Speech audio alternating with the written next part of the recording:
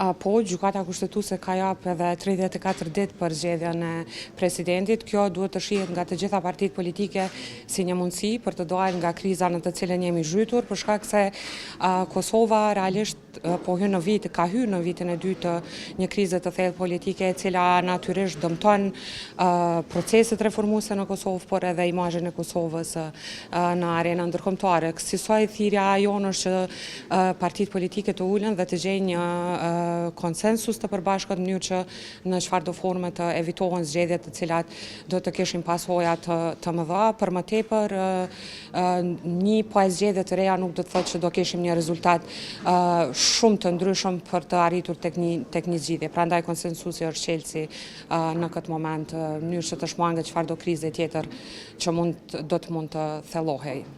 Po disa nga marrëveshjet ndërkombëtare për cilat ne kemi kërkuar që të votohen dhe të bëhet zgjidhje në mënyrë që të mos vonohemi, nëse do shkonim edhe në një cikël të ri zgjedhor pavarësisht të votimit të tyre, le të themi planit të rritjes, ne prap do të ndikoheshim në implementimin e reformave dhe atyre zotimeve që kemi ndërmarrë në kuadër të planit të rritjes. Përtej pjesëve të tjera të rëndësishme siç janë sundimi i ligjit, administrata publike, pra një parë zgjedhje të reja do të nënkuptonte një bllokim i institucioneve të Kosovës dhe një qeveri në detyrë përsëri, e cila nuk do të mund të ushtronte kompetencat e plota.